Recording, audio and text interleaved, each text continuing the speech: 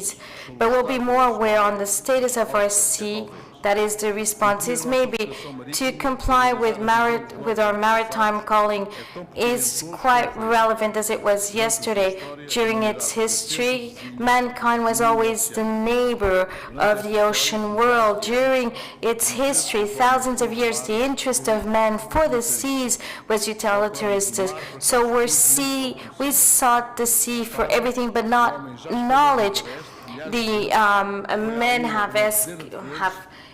went to the moon, and only this was done. So we continue on taking such steps without being explored the potential of our seas. So how can we continue on wasting so much time and money exploring a place called the Sea of Tranquility? Children at school want to be astronauts. Maybe it's time for them to have other ambitions like being an astronaut.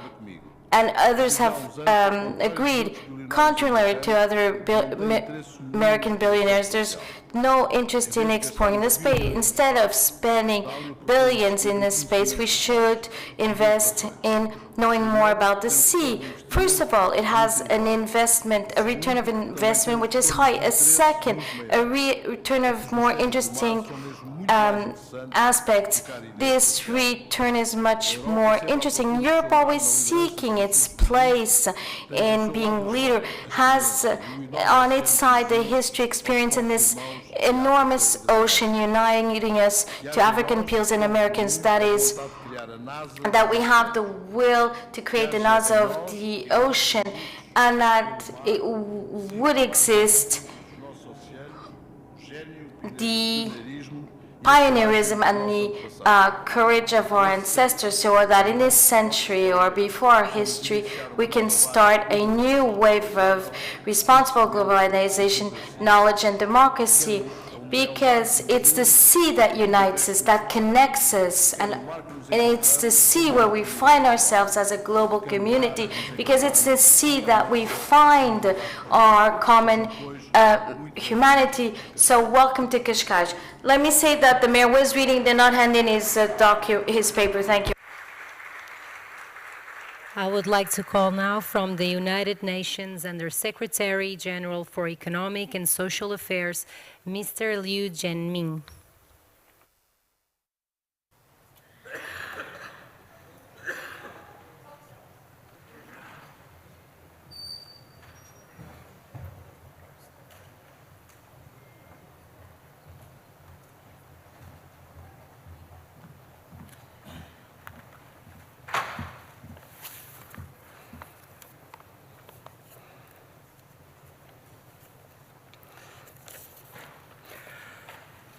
Good afternoon to all participants, Your Excellencies, distinguished participants. Let me start by thanking the government of Portugal and the government of Kenya for hosting the 2022 United Nations Ocean Conference, which opened yesterday in Addis Arena in Lisbon. Let me also thank the Mayor of Cascais in hosting this sustainable development blue economy forum. I want to tell you, this forum attracted many participants to be here. I think this really had a negative impact on the plenary session, which are now convening in the plenary hall. Excellencies, distinguished participants, it is my pleasure to address the opening of this important event, the Sustainable Blue Economy Investment Forum, as the Secretary General of the 2022 United Nations Ocean Conference. Our history is riddled with countless avoidable mistakes. One of the most harmful man-made disasters of all is our consistent failure to conserve our ocean. Every year, 11 million tons of plastic enter our oceans. Every year, over 10 million tons of fish are wasted due to destructive fishing practices. Ocean acidity has increased 20% since pre-industrial times. The ocean has absorbed more than 90% of the excess heat trapped in the Earth's climate system. We are now facing grave consequences.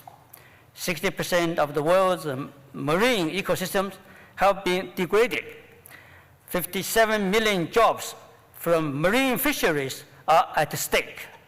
Global bleaching not only represents a grave threat to biodiversity, but also costs $12 billion annually in losses of tourism. And 680 million people are living in low-lying coastal zones, 1 million in small island developing states included. Excellencies, we are here today acknowledging our solemn responsibility to fix our relationship with the oceans. As the Secretary General of the United Nations, Antonio Guterres, has stressed, there is the urgent need for collective action by all to revitalize the ocean to achieve the sustainable development goals and the objectives of the Paris Agreement on climate change. Well, there has been encouraging progress made in the implementation of some aspects of Goal 14. The 2022 SDG Progress Report, to be presented to the forthcoming high-level political forum in early July, shows that our collective efforts are not approaching the scale needed to make our ambitious plans a reality by the set of deadlines. A greater sense of urgency and momentum are needed at all levels to address the global emergency facing the world's seas and the oceans today. Distinguished delegates, we should chart a new course away from business as usual towards a sustainable blue economy. That's the theme of today's forum. Such a transformation requires a concerted global path, a push towards more and better financing, investment, and value chain solutions for the development of sustainable ocean-based economies. The private sector plays a pivotal role in making the decade of action for blue economy a reality over the next 8 years until 2030. The transition to a sustainable blue economy offers the greatest opportunities of our time. The evidence shows that the market value of marine and the coastal resources and the industries is estimated at $3 trillion per year, or about 5% of the global gross domestic product. I've been hearing about existing good practices in financing ocean-related activities at all levels. They include the debt for nature swap, sovereign blue bonds, Blue Action Fund, Pro-Blue Multi-Donor Trust Fund, and Sustainable Development Bonds, just to name a few.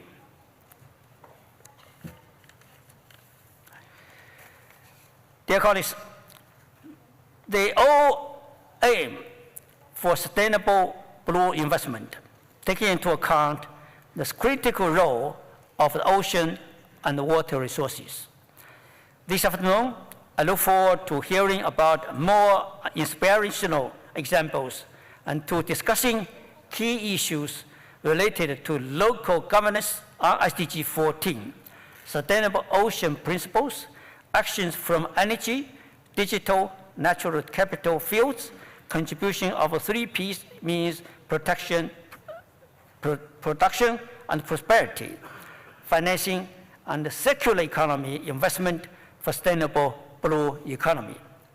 Ladies and gentlemen, investing in a sustainable ocean economy will reap multiplier dividends in our efforts towards all 17 sustainable development goals and vice versa. Among the key messages of the most recent Global Sustainable Development Report is the fact that rapid changes and progress towards the SDGs can only happen when different actors collaborate in an integrated way towards shared goals, while sharing available innovation, expertise, and knowledge. In particular, the multi-stakeholder partnerships, when optimally deployed and sustained, have proven instrumental for achieving the SDGs, from financing to capacity building to technology development and transfer.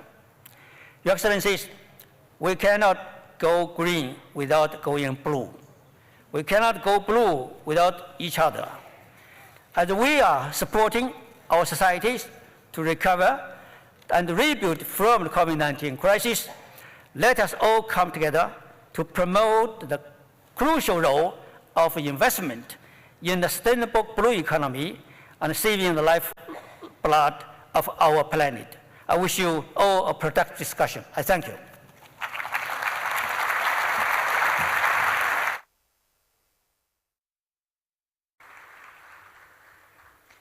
I'm honored to invite His Excellency Augusto Santos Silva, President of the Portuguese Parliament, for the introductory remarks.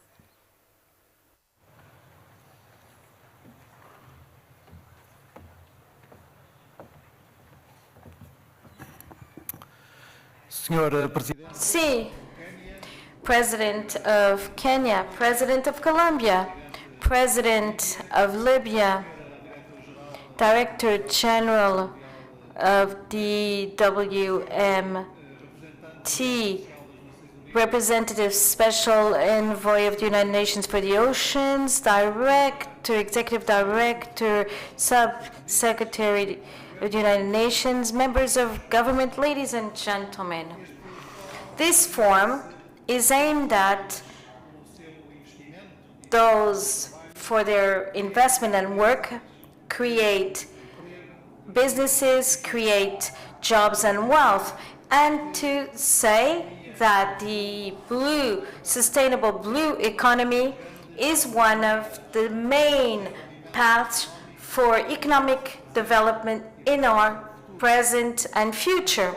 This forum conveys two main messages. The first message is that there is a connection, a very close connection between green economy and blue economy. We are not able to make greener our economy. We're not able to do so by speeding the energy transition and speeding the ecological transition if we do not pay attention to the oceans, if we do not fight ocean pollution, if we do not fight the overexploitation of marine resources, and if we don't take advantage of the enormous potentials of oceans consuming carbon for the decarbonization of our economies. But at the same time, our blue economy will not be sustainable if it's not green. If it doesn't assume what we need to do so that the 80% of the world trade, which is conducted via the maritime sector, is not a threat to preserving our species. The first main message of this forum is therefore the close connection between the green economy and the blue economy. Its connection, but the second message of this forum is even more important. It's a message especially aimed at businessmen, employees and associations, and this message is that sustainable blue economy is one of the main opportunities to create wealth, jobs, and economic development in our present time.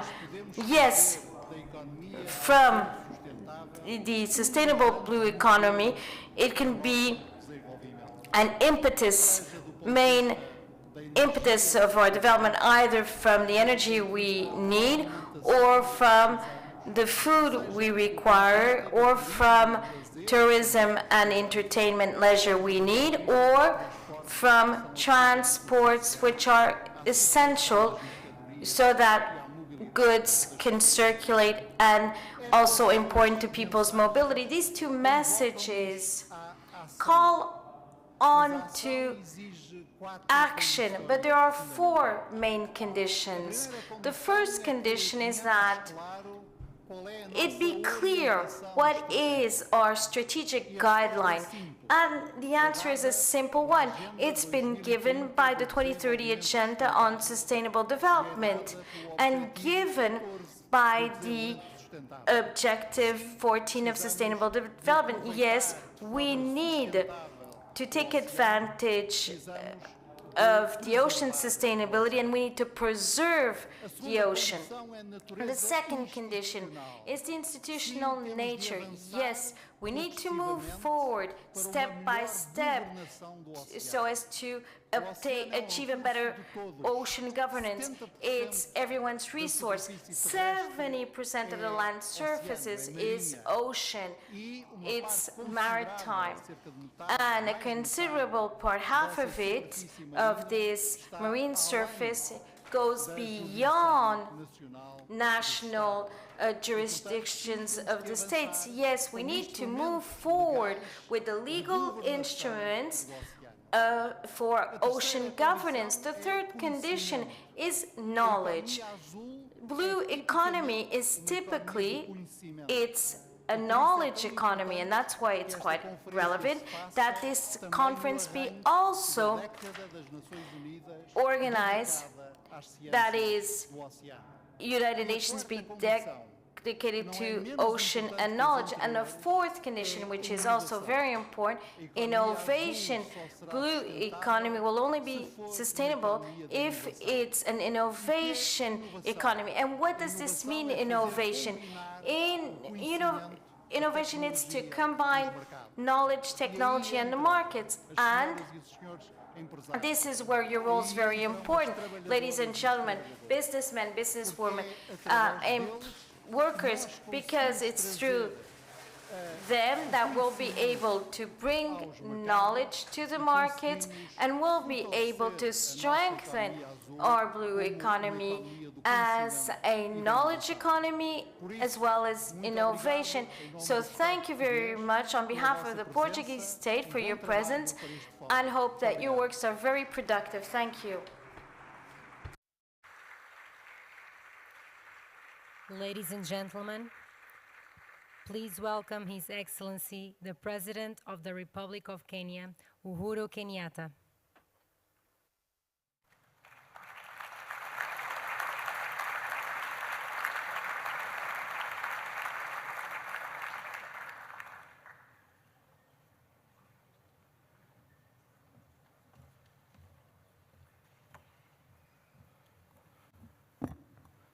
Your Excellencies, Heads of State and Government, Honorable Ministers, distinguished participants, good afternoon, and let me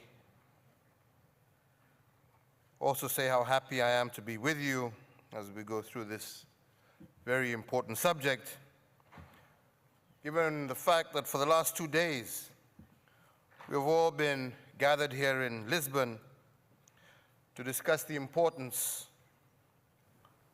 of our oceans and the threat that our oceans face, and what we need to do in order to reverse this. This afternoon, however, we're tackling an issue that we haven't given that much time over the last 2 days, but which is also equally important, and that is talking about the wealth that can be garnered from the ocean in a manner that is both sustainable but also equitable.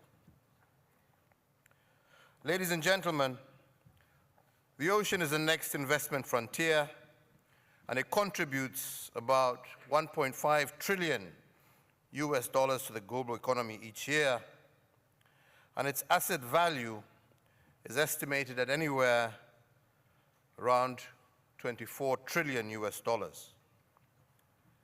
Further, the ocean is also a source of food for billions, and it is also a large untapped source of green energy.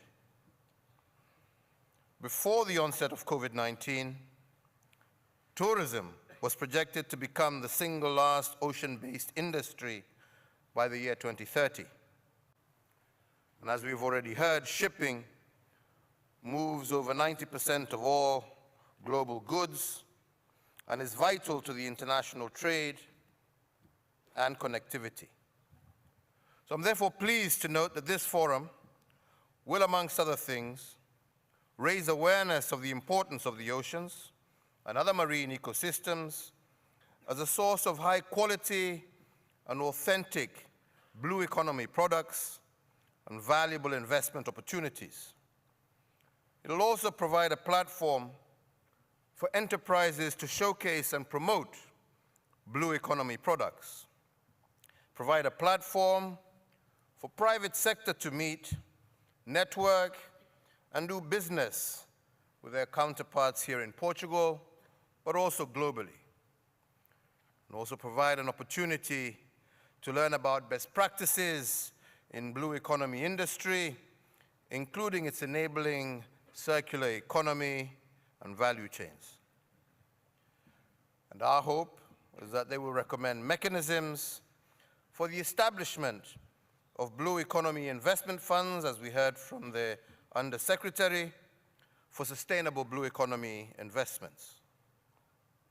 So ladies and gentlemen, as you deliberate on these issues, I urge you to bear in mind that the aim is to design investments which shall ensure that environmental protection, economic production, and shared prosperity go hand in hand. And in this context, allow me to raise 4 issues for your consideration.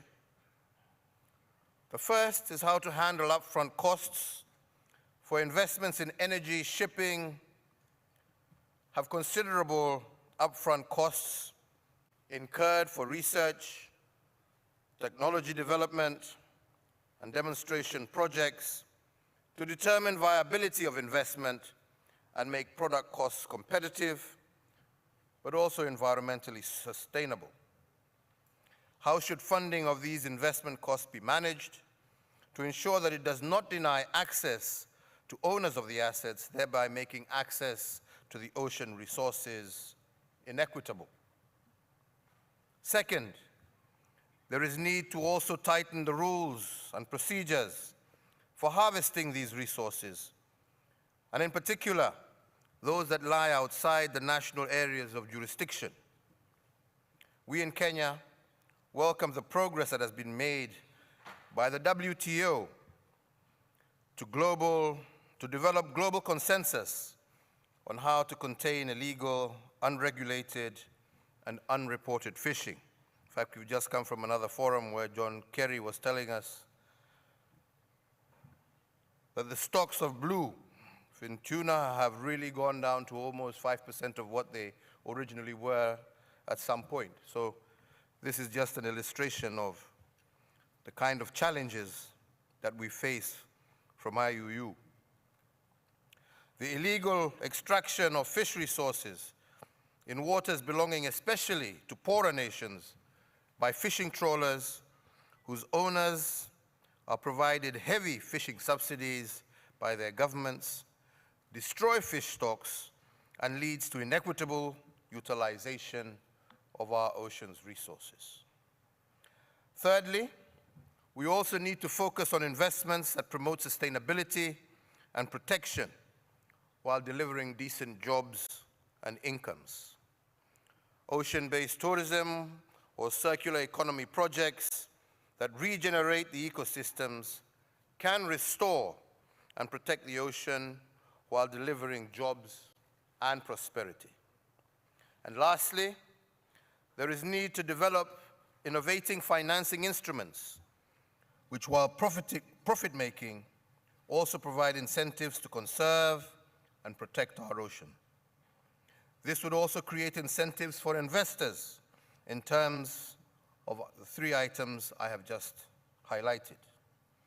Innovative financing requires close collaboration between public and private sectors. So with these few remarks, ladies and gentlemen, I wish you fruitful discussions this afternoon, and we look forward to hear the outcomes of those deliberations. I thank you.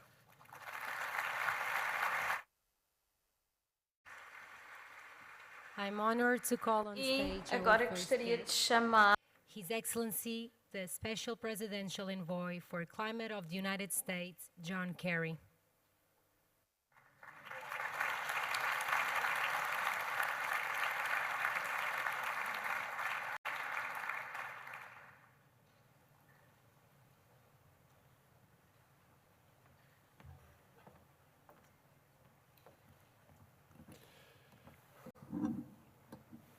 Bon dia. I can't tell you how surprised I was. I was sitting there and I was told, oh no, you have a long time before you're speaking. And all of a sudden, the special envoy has been introduced. What an incredible pleasure to be able to be here, and I thank you for getting us out of the part of town we were so we could have this incredible drive down here just a few moments ago. It's very, very beautiful. And I looked at all the people on the beach, and I said, what do they know that we don't? At any rate, this is a very, very important meeting. It's a very, very important gathering. And I know there are a lot of folks here from the private sector, which is critical. So I'm going to talk for a few minutes about the realities of finance and what we're struggling with right now, but the realities of the upside of investment and the importance of a meeting like this. And I appreciate enormously President Kenyatta, thank you so much for your leadership, and thank you, Portugal, for hosting a terrific meeting and convening people to really talk about the possibilities and the prospects for life itself on this planet.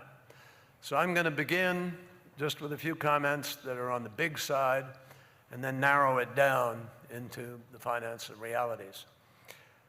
We have been at this, many of us, and I see the faces here, President Duque, others, for a long time. I was at the conference, I was there in 1988 when Jim Hansen testified that climate is happening. I went to Rio in 1992 and President George H.W. Bush signed an agreement that created the framework that brings us here. I was in Kyoto, I was in many of the COPs in between and had the privilege of leading negotiations for Paris for the United States, as well as Glasgow now as special envoy.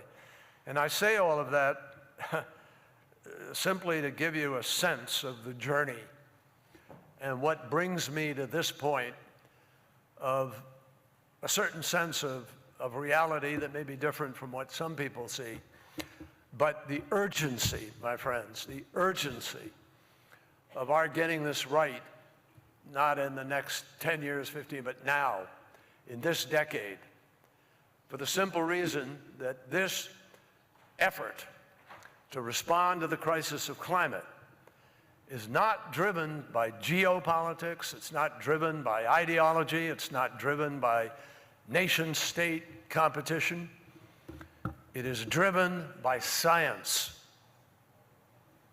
by mathematics, by physics, with some chemistry and biology, but basically science. And in 2018, the scientists warned us that we being people who can vote, people in positions of responsibility, people in governments, we had 12 years within which to make and implement the key decisions to avoid the worst consequences of the climate crisis. Remember, I said worst consequences, not to avoid the crisis altogether.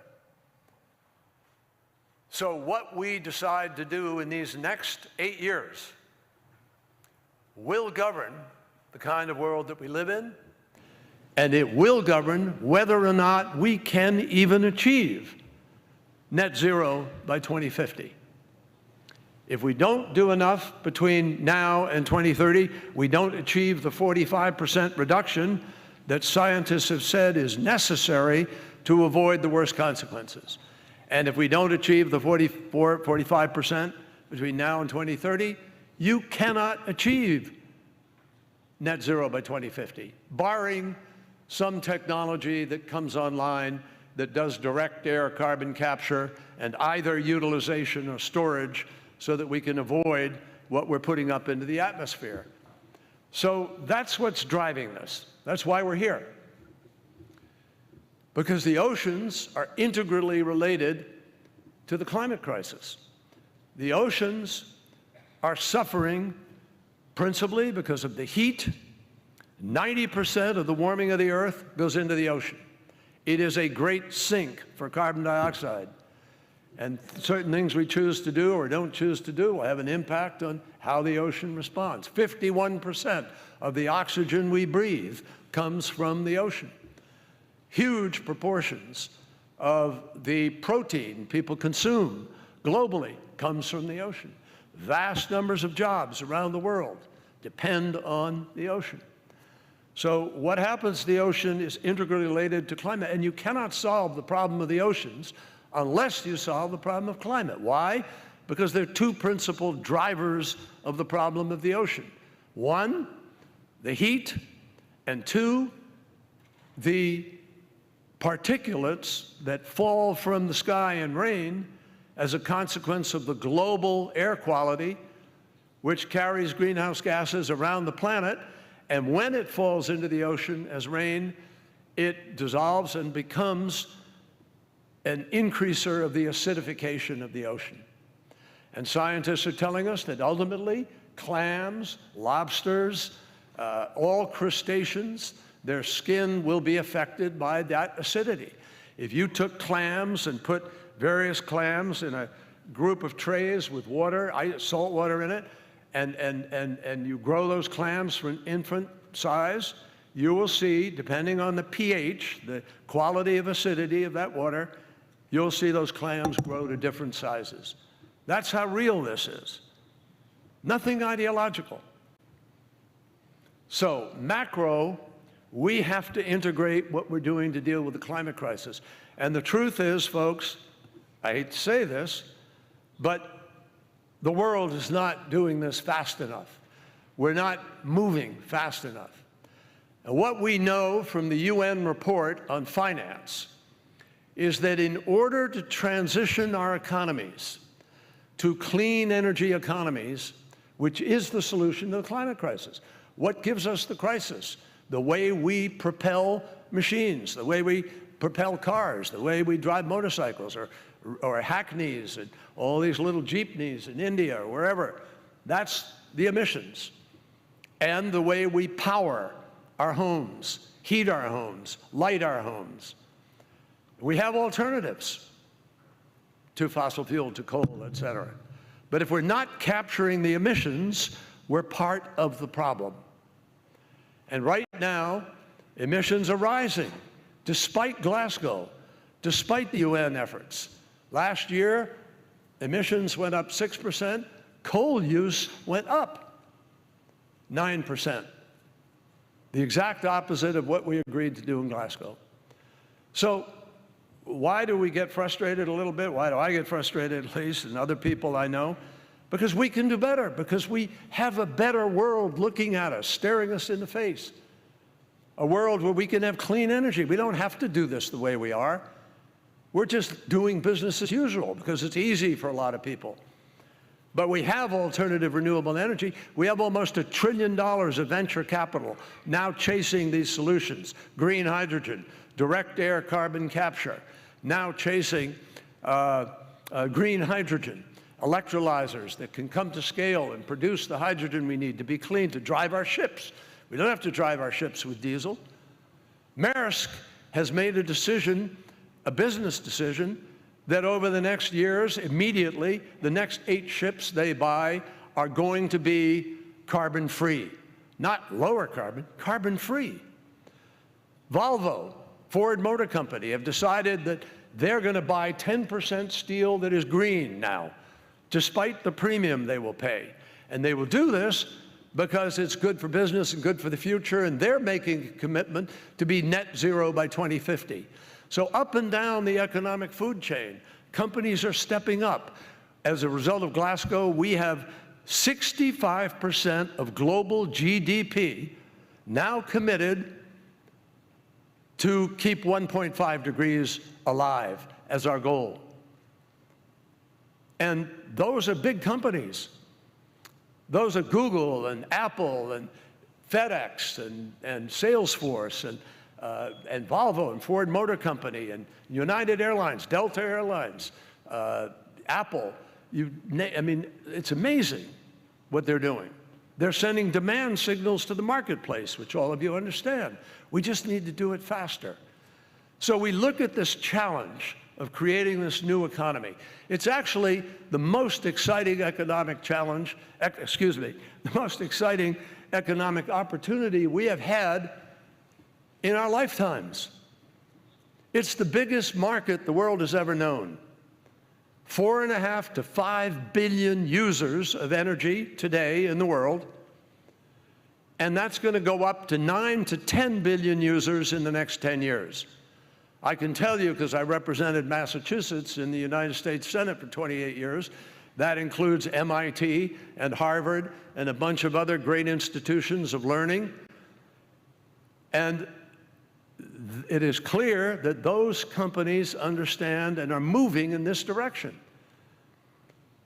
With fusion, with possibilities of all, of new nuclear container-sized batteries that literally can be portable and will be able to light up a steel mill and run things in a clean way. This is the future.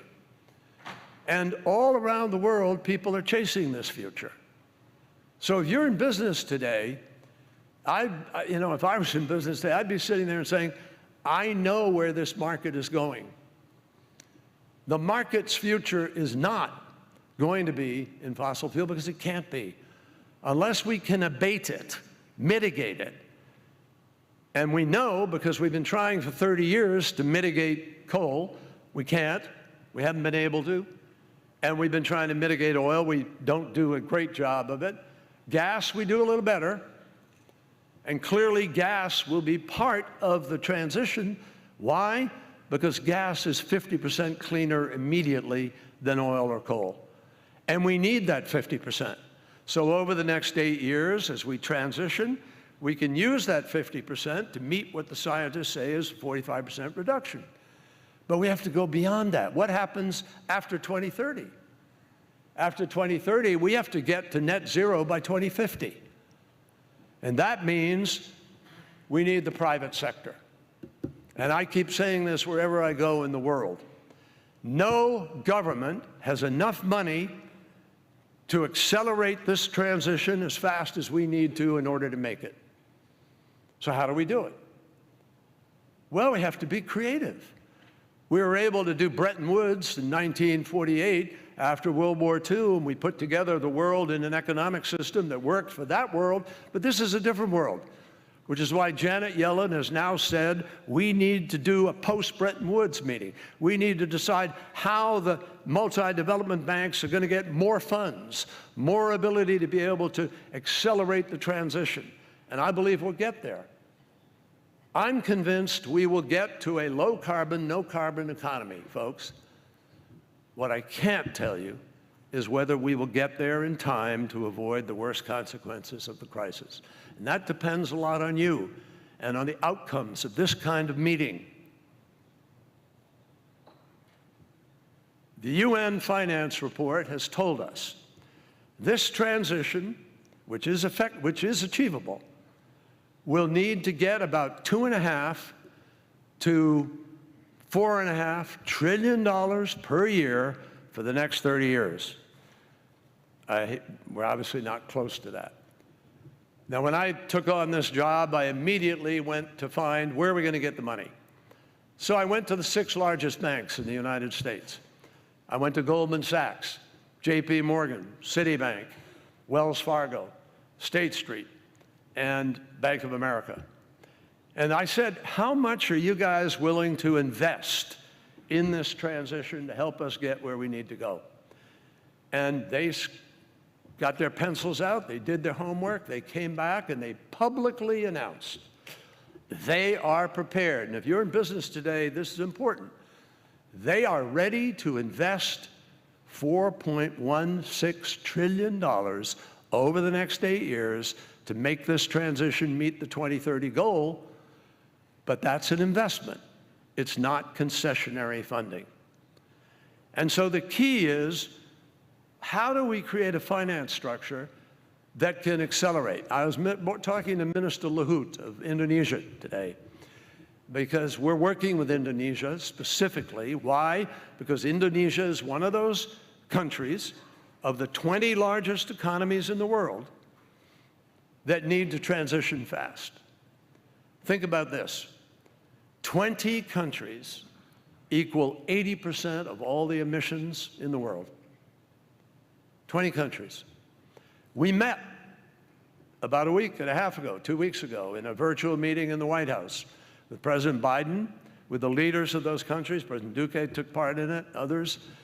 And we talked about how do we accelerate the transition, because those 20 countries are key. And I told you a moment ago, 65% of global GDP has already laid out what we call an NDC, a national plan to achieve 1.5 degrees.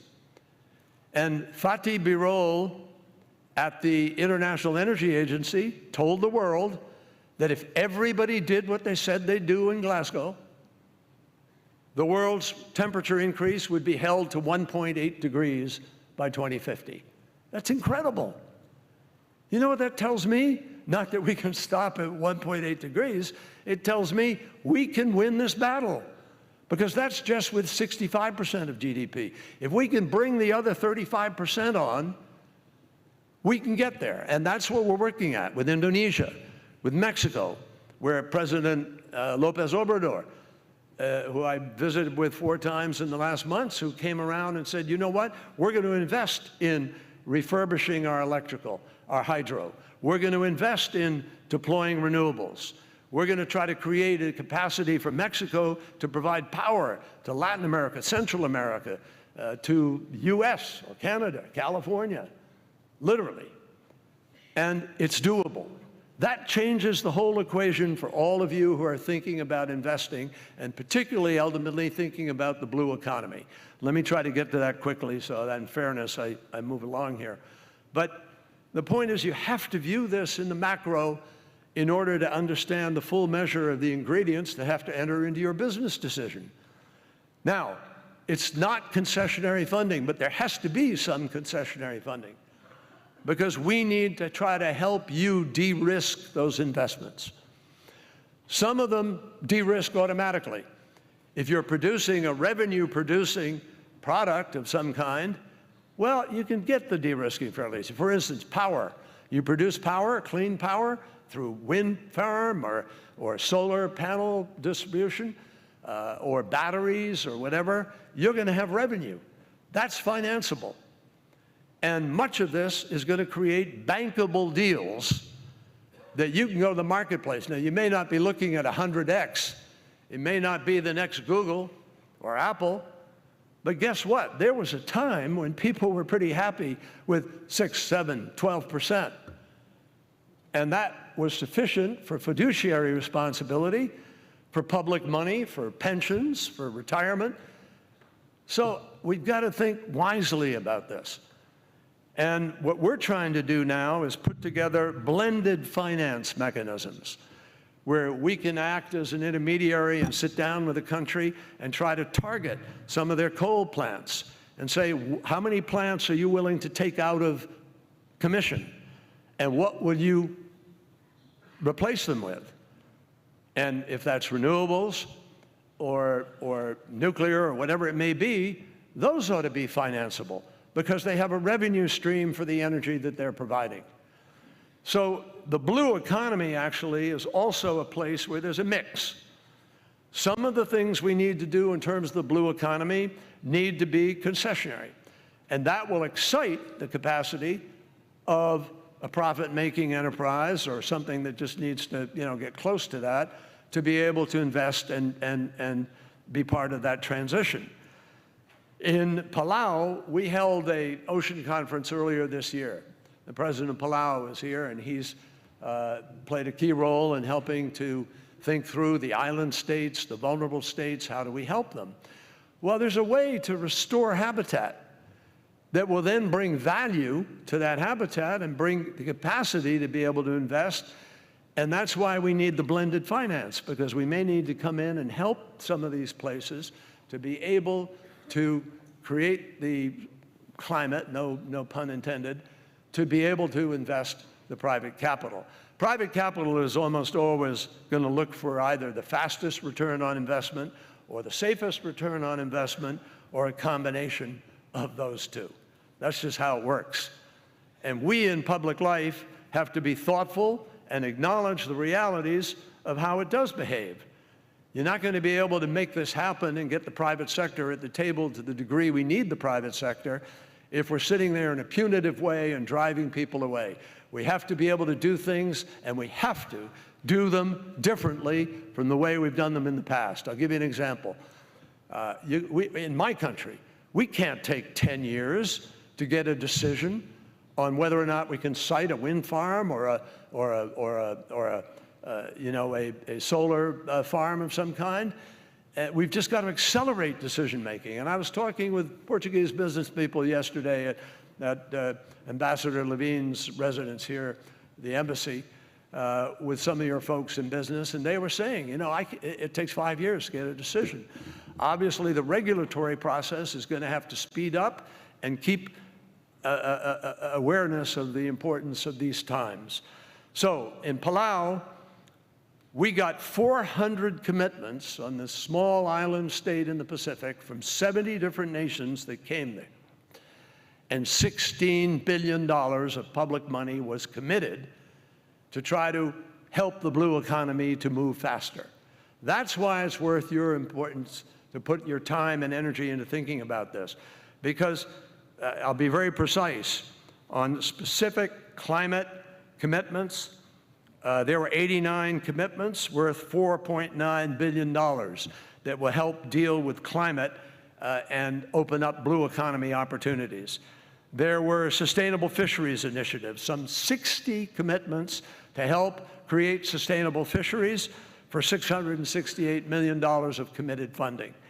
There were sustainable blue economy initiatives of various kinds, which I urge you to take a look at. On the sustainable blue economies, there were 89 commitments, $5.2 billion. And there were marine protected areas, 58 commitments made, $1.3 billion. And maritime security, which is important for the safety of whatever whatever your investment may be, $358 million. And maritime pollution reduction, which is important quality, $3.3 billion, folks. So you're not alone.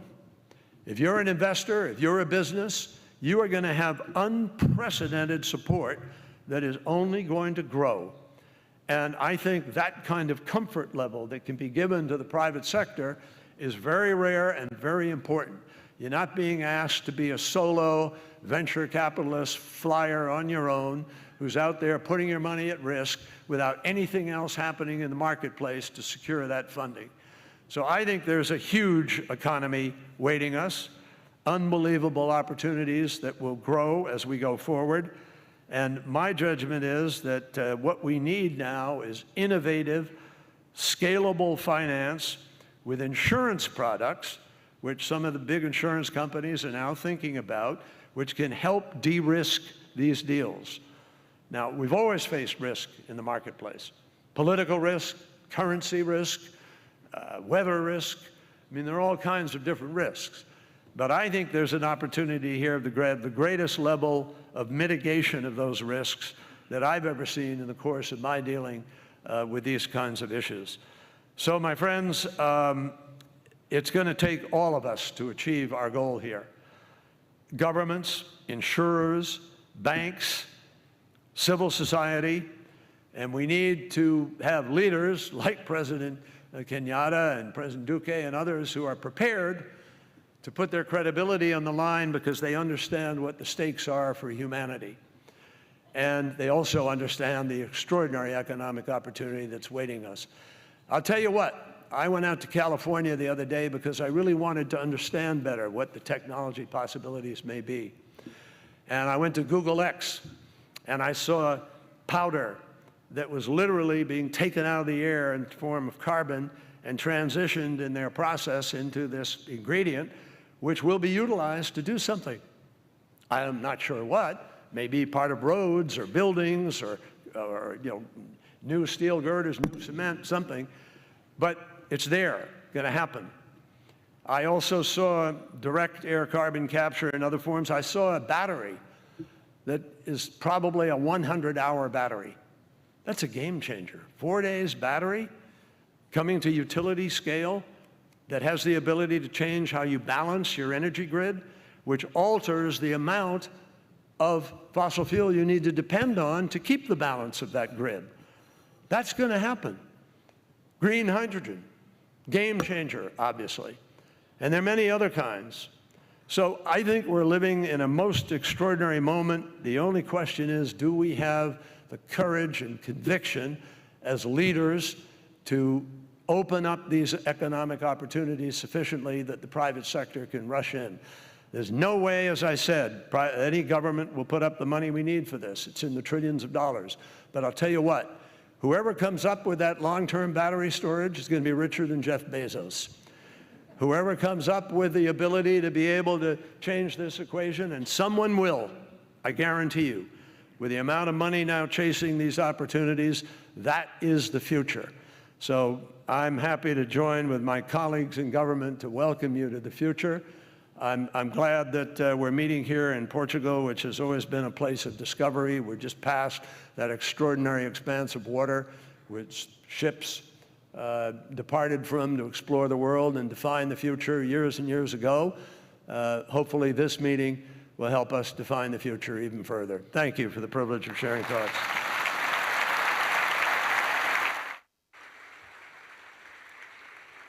We will now receive our next guest, the Director General of the World Trade Organization, Madam Ngozi Okonjo-Iweala.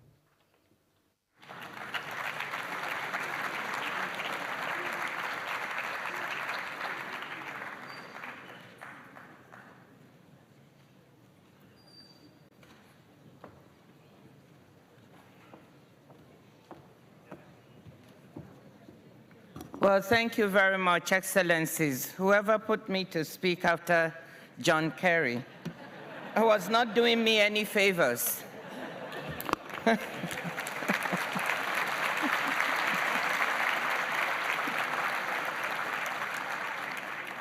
But I'll give it a shot. So, Excellencies, it's an absolute pleasure to be here in beautiful Estoril, in Cascais. I just want to thank our hosts, Kenya and Portugal. I'm honored to be here alongside so many distinguished and outstanding leaders and stakeholders, including from the private sector, who will be at the center of building a sustainable blue economy and blue future. I'm particularly happy to see His Excellency President Uhuru Kenyatta, my brother, co-hosting this forum and the Oceans Conference, sending a sharp signal that sustainability and the global commons and the oceans are critical to Africa and the world. Thank you for doing it.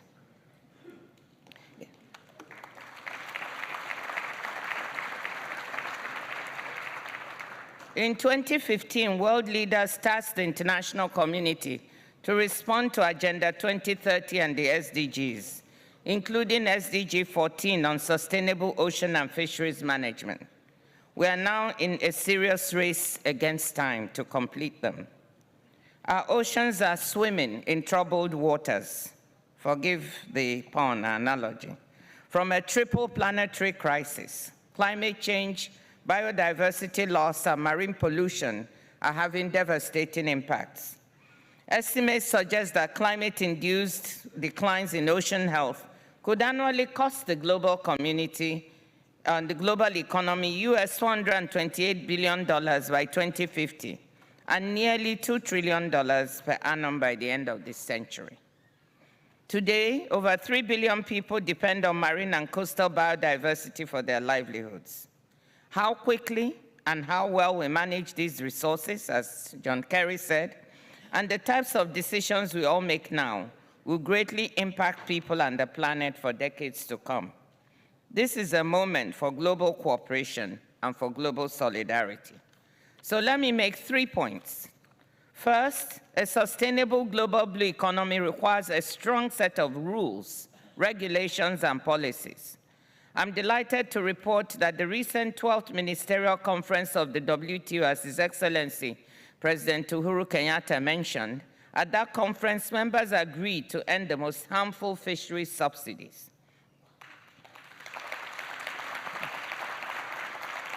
Thank you. The Geneva package, as it's been dubbed, adopted at MC12, was multilateralism at its best. Our 164 members, including Russia, Ukraine, US, China, India, South Africa, developing countries and developed, many of whom have mistrusted each other at the WTO, came together across geopolitical fault lines to strike agreements that will make our ocean healthier and enhance our collective ability to respond to the COVID-19 pandemic, the food crisis that has been made much worse by the war in Ukraine. It also shows that with the right level of political commitment and leadership, multilateralism works. And I can tell you that that, to me, is as important a message as the fact that we got the fisheries subsidies. Who would have thought that at this time when global solidarity is in question, when multilateralism is being questioned, that 164 members could come together and strike these agreements. So it is hope for the future.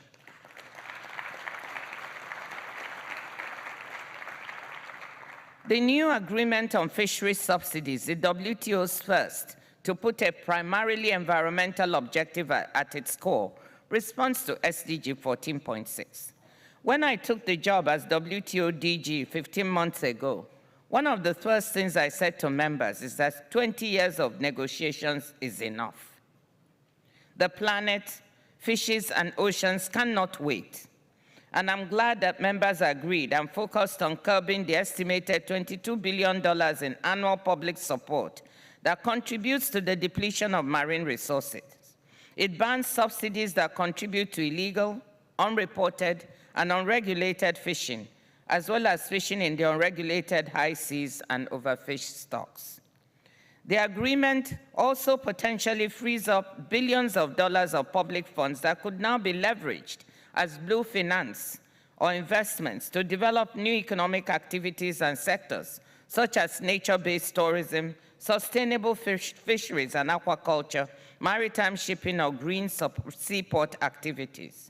Resources that once contributed to emptying our oceans can instead be channeled towards emerging industries like marine biotechnology, renewable energy, or hydrocarbon and seabed exploration. I highly appreciate the work of Colombia in chairing the fisheries negotiations, and I want to congratulate His Excellency President Duque, and particularly his ambassador, Ambassador Santiago Wills of Colombia, who chaired these negotiations, and to my fisheries team, all of them seated here in the audience. A new fisheries fund has been established to provide technical assistance in partnership with organizations like FAO, IFAD, and the World Bank, and capacity building to developing countries, helping them implement the new rules to improve their fisheries management. We've already received substantial pledges from donor countries, and more is expected. Any donor in the audience who hasn't pledged, please see me after this meeting. The agreement launches a second wave of negotiations to add further rules on support to those subsidies, to curb those subsidies contributing to overcapacity and overfishing. At a time when food insecurity is at the top of our minds, the new agreement will shore up blue economies whose livelihoods and nutrition depend on fisheries and sustainable use of marine resources. My message to investors is to please push for investments, banking, insurance, to projects that help to contribute to SDG 14, as well as other SDGs that contribute to better governance of our oceans.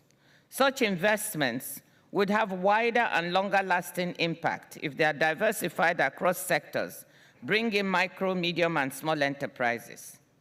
Public and private sector partnerships for investments will need to be underpinned by sustainability principles and robust ESG disclosures to ensure transparency. This is about making sure that profits and ocean health go hand in hand. My second point is that the oceans is everybody's business, from policymakers to restaurants, to national coast guards to hotels. Everyone needs to step up global stewardship of the oceans. The productivity and health of our oceans affects us all. A key ingredient to get to the blue economy is long-term, predictable, and sustainable financing and de-risking of sectors. We heard it from earlier speakers. The good news is that investing in the blue economy makes excellent business sense, whilst also delivering for people and the environment. Several coastal states, including states and private sector players around the world, are showing the way on blue investments. The Seychelles, with its blue bonds, around $15 million a year over 10 years, and debt for nature swaps in return for protecting its plateau. Altalia Sustainable Ocean Fund, making available growth capital for harnessing the ocean's natural capital, around $100 million across 10 to 15 investments. The Nordic Baltic Blue Bond Fund, it is targeted towards water resource management and protection. According to the OECD, oceans contribute about $1.5 trillion annually in value added to the overall economy. And this number could reach $3 trillion by the year 2030. This means that we will need much more innovative financing to protect the oceans, make the oceans healthier, and help develop an ambitious and innovative sustainable blue economy model that can be scaled up. A good starting point is to ask ourselves, what sectors, what activities, what services need investments to strengthen the ocean economy? We all know that over the next decade, with rising populations, we will need investments in infrastructure. Here, investing in coastal habitats plays a key role in protecting against ocean risk and in providing the needed resilience for coastal communities. We need greener and more resilient ports for efficient marine transport and port services. The blue economy is exciting because we can deploy innovations and technologies such as robotics and artificial intelligence. And we'll be successful if we can help developing countries jumpstart new sectors of the blue economy. As the blue economy becomes full reality, we will need to use all the skills, knowledge, learning, and experience from around the world and train and educate those to whom the oceans will matter most in future, our youths and the next generation. My third point is, and last point, is that there's no blue economy without a green economy. We also heard that from earlier speakers. Greater international coordination and cooperation and addressing global commons challenges, such as climate change, adaptation, resilience, earlier on, will be essential. Marine pollution has turned the oceans into a dumping ground. The Great Pacific Garbage Patch, an area the size of Mongolia, has become emblematic of a global problem that demands action.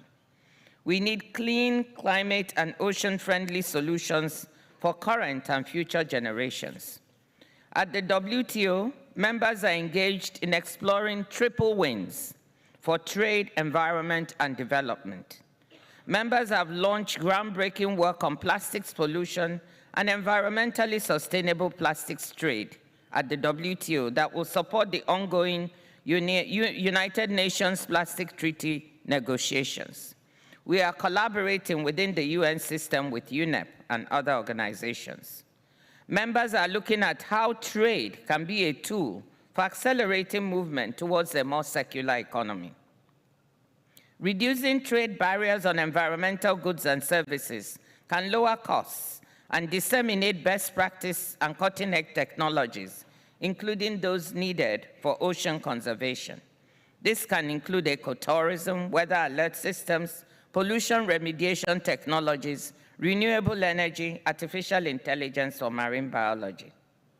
Through aid for trade as well, commercial ventures like seaweed farming with zero fertilizers can scale up into new markets, and circular economy solutions for aquaculture may also reduce waste. All of these actions make for a viable green economy that in turn loops back to a sustainable blue economy. So let me conclude, ladies and gentlemen, by saying that preparing for the future is critical. Excellencies, oceans have a tremendous ability to bounce back and regenerate, but we must move beyond talk to action to make that regeneration possible, to make the blue dream a reality.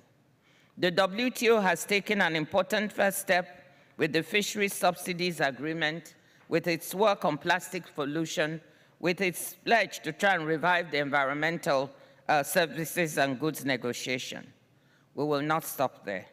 We look forward to continuing to work and to working with you all. Thank you for your attention.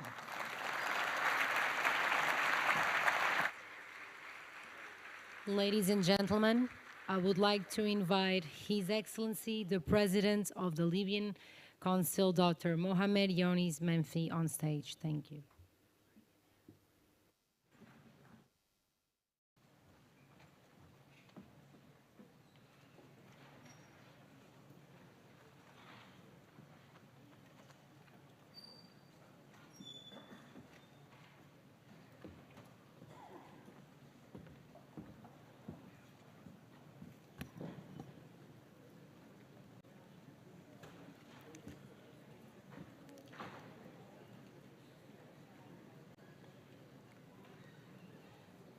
فخامة السيد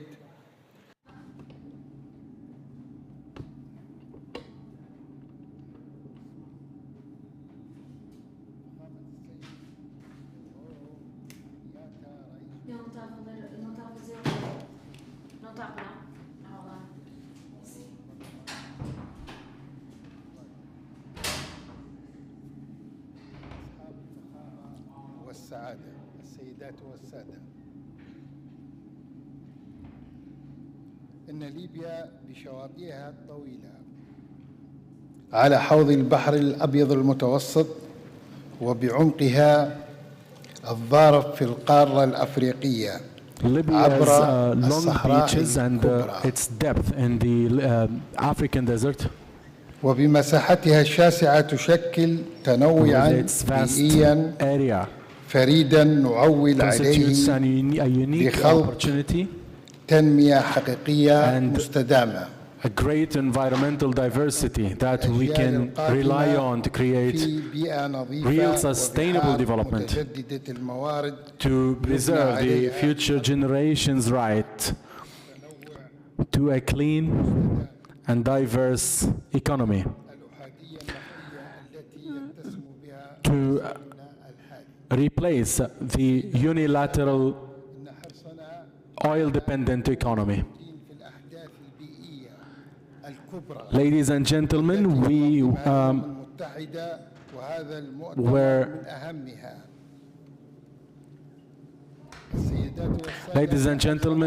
were hearing you, we were committed to attend the biggest environmental events and conferences that I can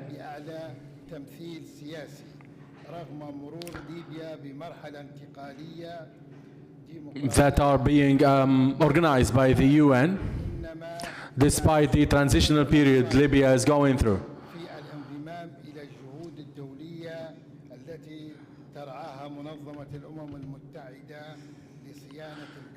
And we would like to contribute and be a part of the international cooperation efforts on this cause or this challenge we are all facing. we are committed to draw the right line and the right approach for the Libyan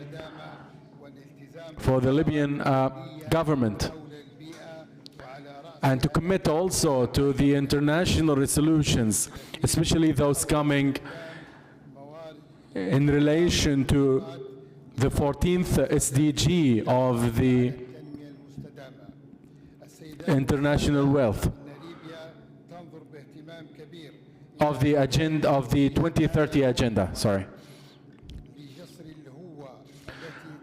This conference is going to lead us to bridge the gap towards reaching the goals of the SDGs, and despite the current unstable situation we are going through in our country.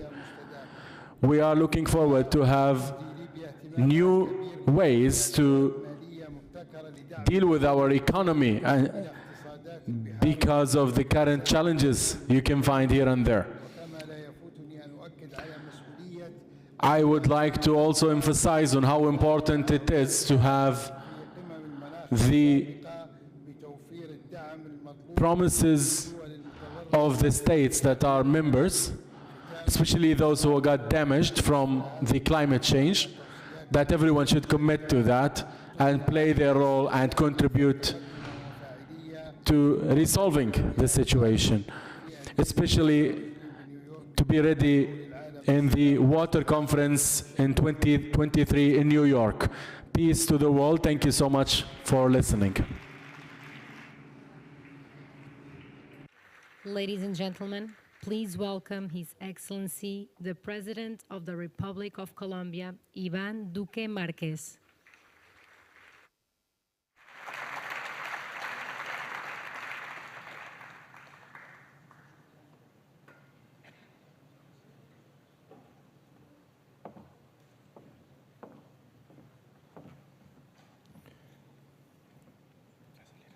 Thank you very much, Madam Director General of the World Trade Organization, President Kenyatta, President Eunice Menfi, all distinguished representatives of international organizations, business leaders, philanthropists.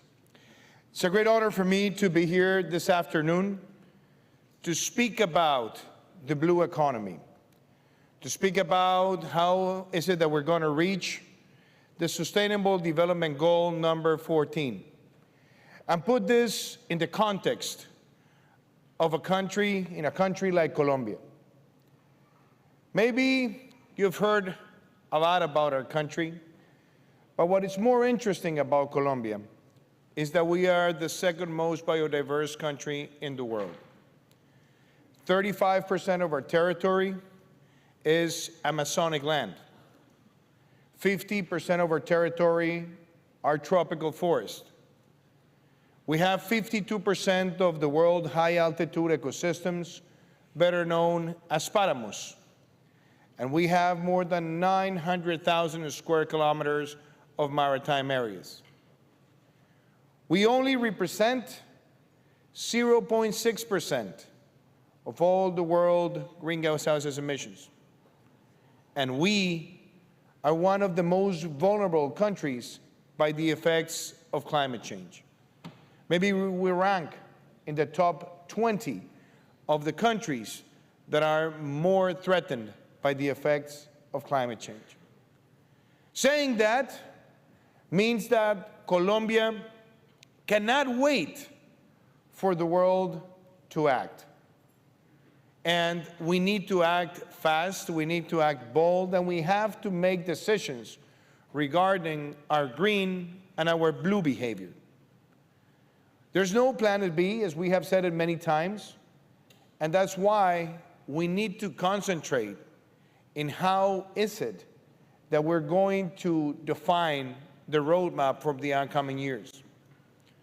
We met in Glasgow a few months ago, and we said that we want to be a carbon neutral country by 2050. We have committed to that. We also said that we're going to reduce by 51% our carbon footprint in 2030. And we passed, through the Colombian Congress, a unanimously approved bill called the Climate Action Bill, in which all the political spectrum was heavily convinced that we have to base our decisions on science and that we can't wait any longer. So the question is, what is it that Colombia is doing and what is it that Colombia has already done that can be shared with the world? The first thing that I want to mention, talking about the green economy, is that we decided to move very fast on non-conventional renewable energies.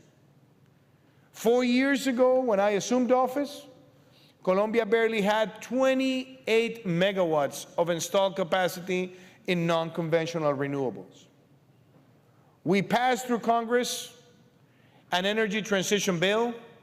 We gave the right incentives, and ladies and gentlemen, as of today, we have 2,800 megawatts, 100 times more what we had when the administration began.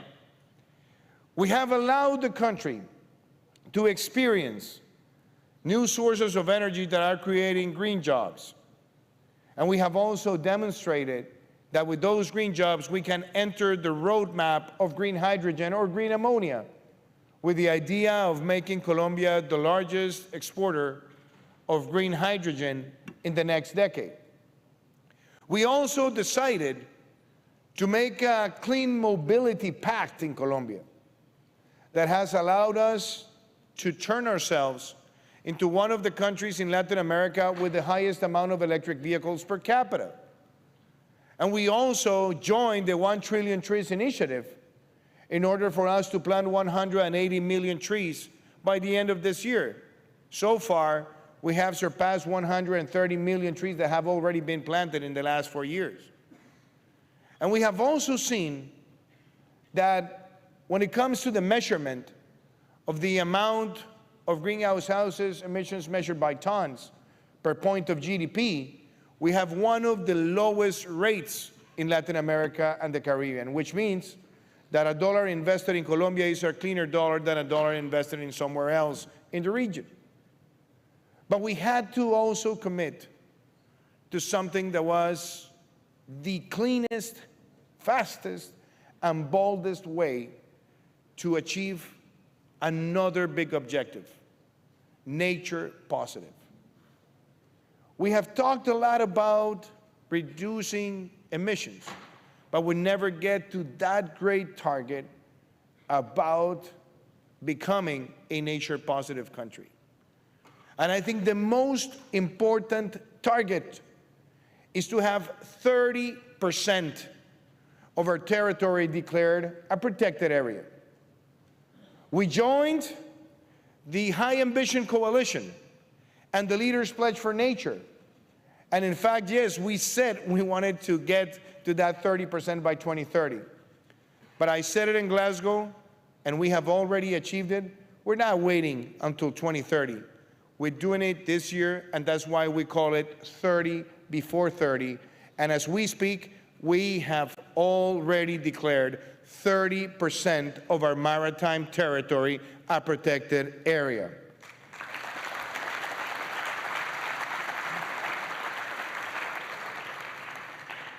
With that decision that has been based on science, with the work of academia and the support of philanthropism around the world, we expect not only to protect one of the richest maritime diverse territories in the Americas, but also to raise world attention on trawling practices.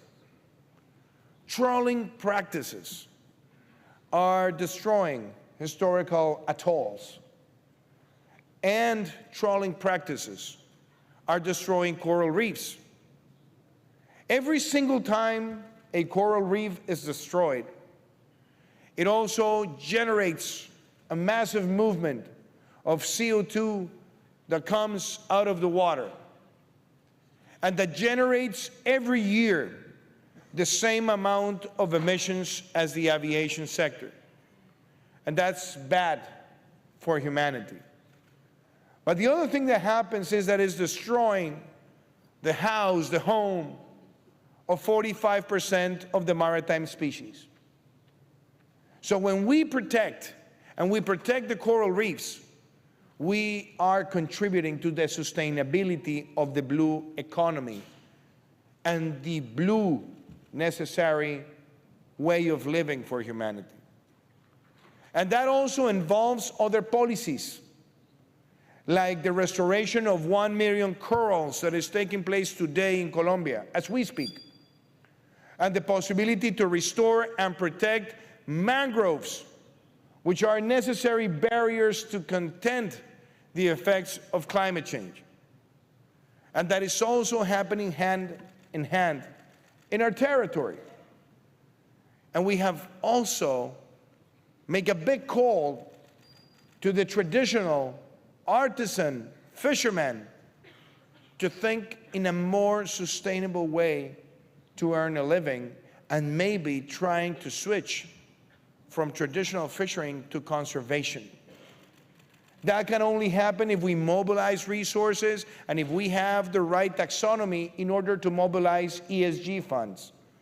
And that's why we were the first country in Latin America to introduce a green taxonomy that has been shared with the world markets.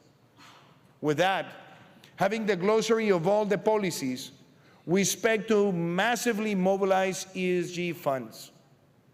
And with that, demonstrate that if we have the right policies, the right taxonomy, and we mobilize capital, we are able to monetize nature-based solutions that will make other communities earn a better living. So, ladies and gentlemen, if a country like Colombia has done this, why is it that other countries are still in the negotiation on the 30 by 30 or 30 before 30 just in brackets? We had the COP26 in Glasgow, and we were meant to have the COP15 in biodiversity that was going to take place in China, now it's going to take place in Montreal by the end of the year. We don't want to get there with more brackets. We don't want to get there with more discussions about a phrase, a comma, a point. We need to mobilize the world to understand that the climate COPs have a Siamese sister that are the COPs on biodiversity. And if we were able to set targets, clear targets, in order to reduce emissions, we need to have the clearest target to be met this year, and is to have 30% of our territories declared protected area, starting with maritime areas. If we do this, for certain, we will be protecting our planet. If we do this, for certain, we will give better hope. We can't talk about defeating climate change or curbing down the situation that we're facing if we don't embrace the protection of biodiversity, and the protection of biodiversity requires that 30% protection declaration. So as the President of Colombia, I'm coming here to this conference not with commitments, but with results. Having that 30% of our territory declared protected area, working with Ecuador, Costa Rica, and Panama to create the Hermandad protected area, the biggest one in the world, shared by many nations. And today, by signing the Betas additional declaration, Beata, in the Caribbean, with the support of the Dominican Republic, a new bilateral agreement of protecting maritime areas, we come with the idea that this is possible and we all can do it together. Thank you very much.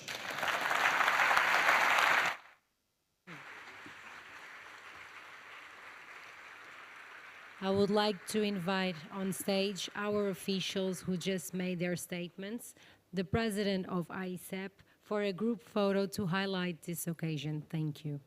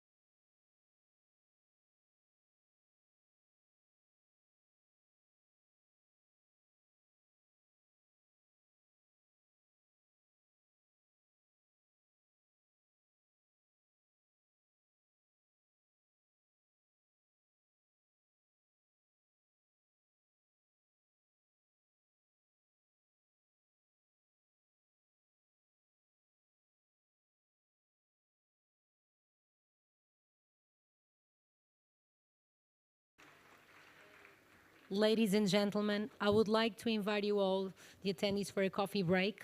Please return your devices on your way out to the staff. Parallel sessions will start in 10 minutes. Please kindly arrive on time to the chosen session. Thank you.